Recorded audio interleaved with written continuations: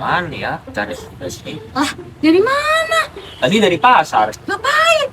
mencari obligasi dan saham. Lah, ke pasar seriusan? Iya.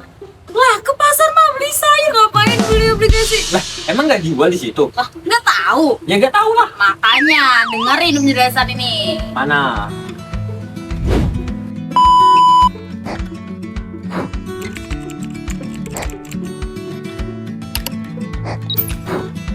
Jadi, pasar modal merupakan sistem keuangan organisasi yang mempertemukan pihak yang membutuhkan dana dengan pihak yang kelebihan dana melalui perdagangan surat berharga seperti saham dan juga obligasi.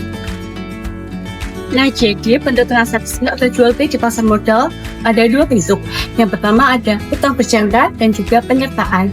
Nah, utang berjangka ini merupakan pendanaan suatu entitas atau badan usaha dengan menerima surat berharga lalu dijual kepada pemilik dana.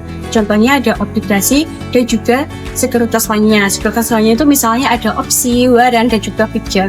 Lalu yang kedua ada penyertaan. Nah, penyertaan ini merupakan penanaman modal kepada suatu entitas yang bertujuan untuk menguasai sebagian hak ataupun saham yang ada di perusahaan. Nah, macam-macam pasar modal ada 4. Yang pertama ada pasar perdana, kedua pasar sekunder, ketiga pasar ketiga, dan keempat ada pasar keempat. Nah, sekarang aku akan menjelaskan tentang sejarah pasar modal di Indonesia. Jadi, perkembangan pasar modal di Indonesia dimulai sejak tahun 1912 ketika bursa efek pertama dibuka di Batavia. Namun, aktivitas bursa beberapa kali terhenti, terutama saat Perang Dunia Pertama, Perang Dunia Kedua, dan masa nasionalisasi. Hingga akhirnya benar-benar vakum pada tahun 1956 sampai 1977. Kebangkitan pasar modal modern terjadi pada 10 Agustus 1977 ketika BIJ diresmikan kembali dan PT Semen Cibinong menjadi emiten pertama. Aktivitas pasar modal mulai meningkat pesat setelah hadirnya deregulasi seperti paket Desember 1987 dan 1988 yang memudahkan perusahaan go public dan membuka akses bagi investor asing. Pada akhir 1980-an, Bursa Paralel Indonesia dan Bursa Efek Surabaya mulai beroperasi. Kemudian, BIJ diswastanisasi pada 1992. Perkembangan teknologi juga terus berjalan, mulai dari penggunaan sistem CATS pada 1995, perdagangan tanpa wakat tahun 2000, hingga remote trading pada 2002. Akhirnya, pada tahun 2007, BIJ dan BES resmi bergabung, dan sejak saat itu kita mengenal pasar modal Indonesia dengan nama Bursa Efek Indonesia atau BEI. Pasar modal memiliki 3 fungsi. Yang pertama, fungsi ekonomi, mempertemukan pihak yang kekurangan dana dengan pihak yang kelebihan dana. Yang kedua, fungsi keuangan, memberikan kesempatan kepada para investor untuk memperoleh keuntungan. Yang ketiga, fungsi likuiditas, menjadi tempat untuk menjual dan membeli surat berharga dengan harga yang wajar. Pasar modal berperan bagi pemerintah. Ketika investasi berjalan, maka akan menggerakkan kegiatan perekonomian. Yang kedua, peran bagi perusahaan, menjadi sumber pendanaan yang lebih besar tanpa memikirkan beban tanggungan seperti ketika membeli. Yang ketiga, peran bagi investor. Mereka tidak hanya menaruh uangnya, tetapi otomatis akan menjadi pemilik dari perusahaan. Beberapa resiko di pasar modal. Resiko pasar. Harga saham akan ikut naik atau turun ketika kondisi pasar sedang ramai atau lesu meskipun perusahaan sebenarnya tidak mengalami perubahan apa-apa. Resiko daya beli. Ketika inflasi naik lebih cepat daripada keuntungan investasi, sehingga uang yang diterima investor menjadi kurang berharga, meskipun investor terlihat untung secara nominal. Resiko suku bunga. Ketika suku bunga naik, maka harga saham atau obligasi akan turun, karena suku bunga dan harga surat berharga biasanya bergerak berlawanan arah. Tips berinvestasi di pasar modal. Yang pertama, pastikan dana yang akan digunakan bukan berasal dari hutang atau dana darurat yang akan digunakan. Yang kedua, pastikan pihak yang akan memberikan investasi terdaftar di OJK. Yang ketiga, jangan mudah tergiur dengan keuntungan yang tidak wajar. Keempat, pastikan jangka waktu berinvestasi. Yang selanjutnya, kita masuk ke dalam materi instrumen dan produk investasi di pasar modal. Yang pertama ada saham. Saham merupakan bukti kepemilikan bahwa seseorang itu ikut menanamkan modalnya di sebuah perusahaan. Jadi ketika kita mempunyai saham, berarti kita itu ikut memiliki sebagian kecil dari perusahaan tersebut. Yang selanjutnya ada tipe-tipe saham. Yang pertama ada saham biasa. Saham biasa merupakan saham yang paling umum. Nah, ketika kita memiliki saham ini, berarti kita ikut menjadi bagian dari sebuah perusahaan dan kita mempunyai hak dalam mengambil keputusan di RUPS. RUPS merupakan rapat umum pemegang saham. Tetapi ketika perusahaan itu bangkrut dan akan membagikan asetnya, pemegang saham ini biasanya mendapatkan asetnya paling akhir setelah semua utang perusahaan dibayar dan juga pemegang saham lain yang lebih diutamakan. Yang kedua ada saham preferen. Saham preferen juga merupakan tanda kepemilikan perusahaan dan biasanya memiliki hak-hak istimewa. Nah, biasanya pemilik saham ini mendapatkan dividen yang tetap dan lebih diutamakan dibanding pemilik saham biasa, tetapi tetap setelah pihak yang meminjamkan uang ke perusahaan atau biasanya disebut dengan kreditur. Yang ketiga ada saham dwiwarna. Saham dwiwarna merupakan saham khusus yang hanya boleh dimiliki oleh negara Republik Indonesia. Nah, jika kita ingin menemui saham ini, kita bisa menemuinya di BUMN atau perusahaan yang masih terkait dengan BUMN. Nah, saham ini memiliki hak-hak istimewa. Di antaranya, hasil keputusan dalam RUPS bisa menjadi tidak sah jika tidak dihadiri pemegang saham ini. Nah, pemerintah menggunakan saham ini untuk mengontrol perusahaan-perusahaan yang ada di negara. Yang selanjutnya yaitu keuntungan saat kita memiliki saham. Yang pertama yaitu mendapatkan dividen. Dividen merupakan keuntungan perusahaan yang akan dibagikan ke pemegang saham. Jadi ketika perusahaan sedang untung dan memutuskan untuk membagikan hasilnya, pemegang saham akan mendapatkan uang sebagai hasil dari kepemilikan. Yang kedua yaitu capital gain. Capital gain merupakan keuntungan di mana kita menjual saham dengan harga yang lebih tinggi daripada saat kita membelinya. Yang selanjutnya adalah resiko ketika kita mempunyai saham. Yang pertama, kita tidak akan mendapatkan dividen. Dividen hanya akan kita peroleh jika perusahaan sedang dalam keadaan untung. Ketika perusahaan sedang rugi, mereka tidak boleh membagikan asetnya, sehingga pemegang saham pada tahun itu tidak akan mendapatkan apa-apa.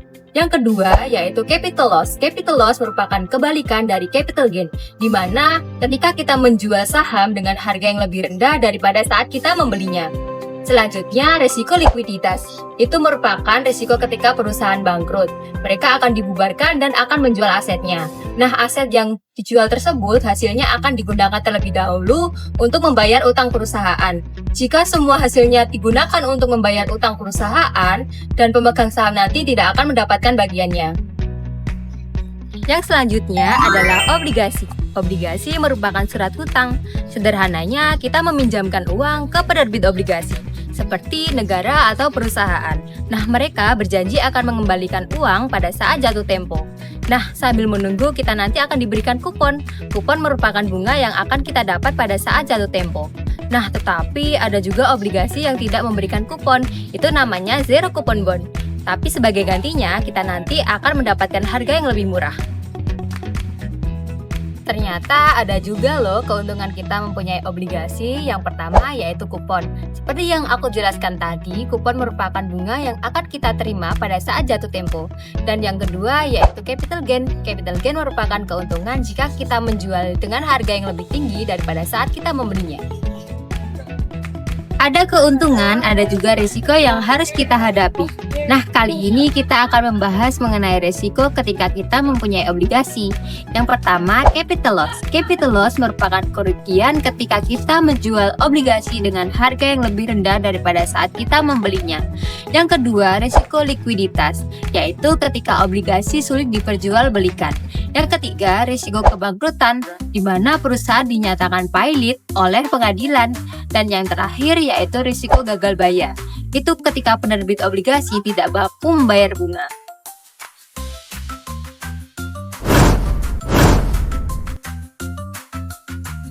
Sebelum mulai berinvestasi, kamu perlu tahu bahwa obligasi tidak cuma satu jenis loh. Ada banyak tipe obligasi yang dibedakan berdasarkan penerbitnya, kuponnya, peringkat, konvertibilitas, dan jaminannya. Yuk kenali satu persatu biar kamu nggak salah pilih obligasi yang paling pas dengan kebutuhan. Mari kita mulai berdasarkan penerbitnya dulu. Yang pertama ada obligasi korporasi. Obligasi ini diterbitkan oleh perusahaan. Jadi, kamu sebagai investor meminjamkan uang ke perusahaan dan perusahaan berjanji memberi bunga sesuai dengan perjanjian. Selain perusahaan, pihak lain yang menerbitkan obligasi adalah pemerintah atau yang sering kita sebut dengan surat berharga negara. Nah, karena dijamin oleh negara, obligasi pemerintah biasanya dianggap lebih aman dan stabil untuk investor. Sekarang kita berpindah ke tipe berikutnya, yaitu berdasarkan kupon atau cara pembayaran bunganya. Yang pertama adalah fixed rate, yaitu obligasi dengan kupon tetap. Misalnya, sejak awal ditetapkan 6% per tahun, maka sampai jatuh tempo akan tetap 6%. Yang kedua ada floating rate, yaitu kupon yang jumlahnya bisa naik atau turun. Nah, biasanya mengikuti suku bunga Bank Indonesia. Kalau BI rate-nya naik, kuponnya bisa ikut naik, begitu pula sebaliknya. Dan yang ketiga ada zero coupon bond, yaitu obligasi yang tidak memberikan kupon rutin. Nah, keuntungannya diperoleh dari selisih harga beli yang lebih murah dan nominal penuh yang kamu terima saat jatuh tempo. Sekarang kita berpindah ke tipe berikutnya, yaitu berdasarkan peringkat. Peringkat obligasi menunjukkan seberapa besar risiko gagal bayar dari penerbitnya. Yang pertama, investment grade. Obligasi ini mempunyai peringkat yang tinggi, artinya kemungkinan gagal bayarnya rendah. Karena lebih aman, kuponnya juga biasanya lebih kecil. Kedua, ada non-investment grade. Ini merupakan kebalikan dari investment grade. Jenis ini mempunyai risiko yang lebih tinggi karena peringkatnya lebih rendah. Tetapi sebagai kompensasi, kupon yang ditawarkan jauh lebih besar untuk menarik investor yang siap menanggung risiko tambahan. Berikutnya, obligasi juga dibedakan berdasarkan konvertibilitasnya. Apakah bisa dikonversi menjadi saham atau tidak?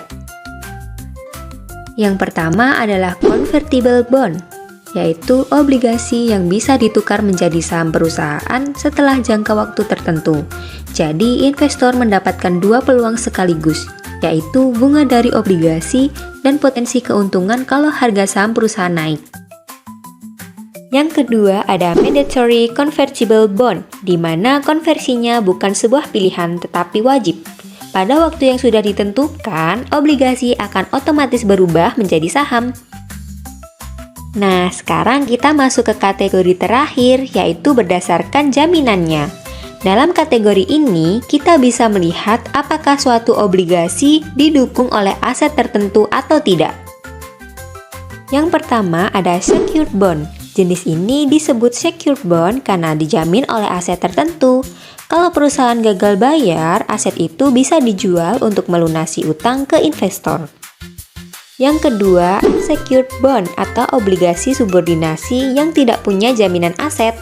Risikonya jauh lebih tinggi karena kalau perusahaan bangkrut, jenis obligasi ini biasanya dibayar paling akhir. Nah, jadi itu dia berbagai tipe obligasi yang perlu kita kenali. Semakin paham jenisnya, semakin mudah buat kita milih mana yang cocok dengan tujuan investasi kita. Derivatif merupakan instrumen yang nilainya merupakan turunan dari aset yang dasarnya. Dalam derivatif ada 3 instrumen. Yang pertama yaitu right. Right adalah kupon yang diberikan berupa harga saham yang lebih murah kepada pemilik saham lama ketika perusahaan akan jual saham baru. Yang kedua, waran. Waran adalah kupon yang diberikan untuk investor ketika perusahaan IPO atau pertama kali memperjualbelikan saham di pasar modal. Yang ketiga yaitu waran terstruktur. Waran ini diterbitkan oleh penerbit berupa hak untuk membeli atau menjual saham pada harga tertentu di masa depan.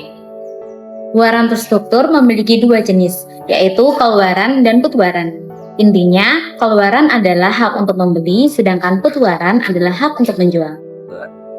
Baik, saya di sini akan menjelaskan terkait dengan mekanisme pasar modal. Jadi, dalam pasar modal itu ada 4 pasar. Yang pertama pasar perdana, pasar sekunder, pasar ketiga, serta pasar keempat. Nah, yang pertama itu adalah pasar perdana. Dalam pasar perdana ada 3 komponen, yaitu emiten, underwriter, dan investor. Nah, kemudian alurnya itu begini. Awalnya investor itu akan mengeluarkan saham yang akan dicatat oleh underwriter. Lalu underwriter akan memberikan saham tersebut kepada investor. Nah, investor itu membeli dengan harga yang telah ditetapkan oleh underwriter dan emiten ini. Sehingga terjadilah perputaran yang seperti ada di atas ini. Begitu. Kemudian ada pasar sekunder. Pasar sekunder itu adalah transaksi antara dua investor, yaitu investor jual dan investor beli. Nah, jadi konsepnya sama seperti di awal tadi, hanya saja mereka bertransaksi antar investor. Nah, jadi dalam pasar sekunder ada dua mekanisme pihak tiga, yaitu BEI serta broker. Nah, broker di sini adalah maksudnya seperti aplikasi yang menghimpun pasar modal itu sendiri. Jadi broker ini ada seperti Peluang, Aladin, dan lain sebagainya. Jadi alurnya adalah awalnya investor jual akan memberikan harga saham kepada broker yang dia pakai. Lalu broker yang dia pakai itu akan mengirimkan datanya kepada BEI. Nah, lalu BEI ini menyampaikan ke broker dari investor beli. Lalu investor beli akan membeli dari brokernya dan ya seperti itu perputaran uangnya. Baik teman-teman, selanjutnya adalah pasar ketiga. Nah, pada pasar ketiga ini, transaksinya sama seperti pada pasar kedua, hanya saja tidak melibatkan BEI. Lalu mereka bertransaksi lewat apa? Mereka bertransaksi lewat sistem OTC atau over the counter. Nah, pada sistem ini nantinya adalah sistem yang menghubungkan antar broker dari investor penjual serta investor pembeli. Begitu. Nah, baik, yang terakhir adalah pasar keempat. Nah, pada pasar keempat ini transaksinya itu hanya antar investor, tidak melibatkan BI, broker, dan lain sebagainya. Nah, mereka bertransaksi melalui sistem ECN atau Electric Communication Network. Nah, jadi pada sistem ini, para investor nantinya bisa bernegosiasi antar penjual dan pembeli agar mendapatkan hasil yang pas, gitu. Nah, baik, yang terakhir ada pasar modal syariah. Apa sih pasar modal syariah itu? Nah, jadi pasar modal syariah itu adalah pasar modal yang berlandaskan syariah. Lalu, apakah instrumennya berbeda? Tidak, instrumennya sama saja, hanya saja berlandaskan pada syariah. Namun, pada obligasi itu diganti dengan suku. Suku itu intinya ya obligasi tapi syariah. Udah, gitu aja sih. Terima kasih.